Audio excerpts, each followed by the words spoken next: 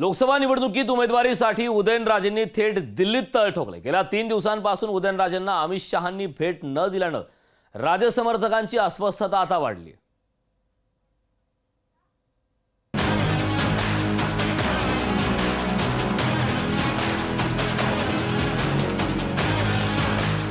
उमेदवारीसाठी उदयनराजे दिल्लीत तळ ठोकून साताऱ्यातून लोकसभा लढवण्यासाठी राजे इच्छुक।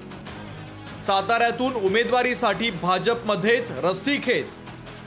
सातारा लोकसभा मतदारसंघातून निवडणूक लढण्यासाठी उदयनराजे इच्छुक आहे। उदयनराजेंना 2019च्या पोटनिवडणुकीतल्या पराभवाची परतफेड करायची आहे आणि त्यासाठी त्यांना राज्यसभेची टर्म शिल्लक असतानाही लोकसभेच्या रिंगणात उतरायचं आहे। उदयनराजेंच्या उमेदवारीचं महाराष्ट्रात काही ठरत नाही म्हटल्यावर त्यांनी थेट दिल्ली गाठली आहे।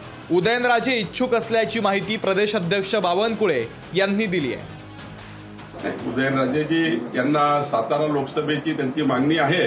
मला वाटतं की ती मागणी त्यांनी केली आहे, पण महायुतीमध्ये जी चर्चा होईल त्यानुसार आपण पुढे जाऊ। दिल्लीतही उदयनराजेंना अमित शहांची भेट मिळाली नसल्याची माहिती आहे। उदयनराजेंना लवकरच अमित शहांची भेट मिळेल असा विश्वास देवेंद्र फडणवीसांनी व्यक्त केला आहे। तिकडे भाजपचे नेते नरेंद्र पाटील यांनीही सातारा लोकसभा लढवण्याची इच्छा व्यक्त केली आहे। साताऱ्यातून उमेदवारीसाठी इच्छुक असलेल्या उदयनराजेंना दिल्लीत ताटकळत राहायला लागल्याचा टोलाही त्यांनी लगावलेला आहे। उदयन महाराजांनी 3 दिवस दिल्लीमध्ये मुक्काम जो टाकलेला आहे आणि त्यांना वेळ मिळाली नाही याच्याबद्दल मला फार वाईट वाटलं। एका बाजूला आम्ही त्यांना छत्रपती म्हणतो आणि दुसऱ्या बाजूला ते स्वतः राज्यसभेचे सदस्य आहे। अशा वेळेला जर त्यांना भेट मिळत नसतील तर साताराच्या निवडणुकीमध्ये जो काही पेच निर्माण झालेला आहे अशा वेळेला त्यांनी सबुरी घेणं गरजेचं होतं, कारण जो निर्णय पक्षाचा आहे तो अंतिम निर्णय आहे। उदयनराजेंनी काहीही झालं तरी निवडणूक लढवणारच अशी भूमिका घेतली आहे। त्यामुळे साताऱ्यासाठी उदयनराजे टोकाची राजकीय भूमिका घेण्याची शक्यता नाकारता येत नाहीये।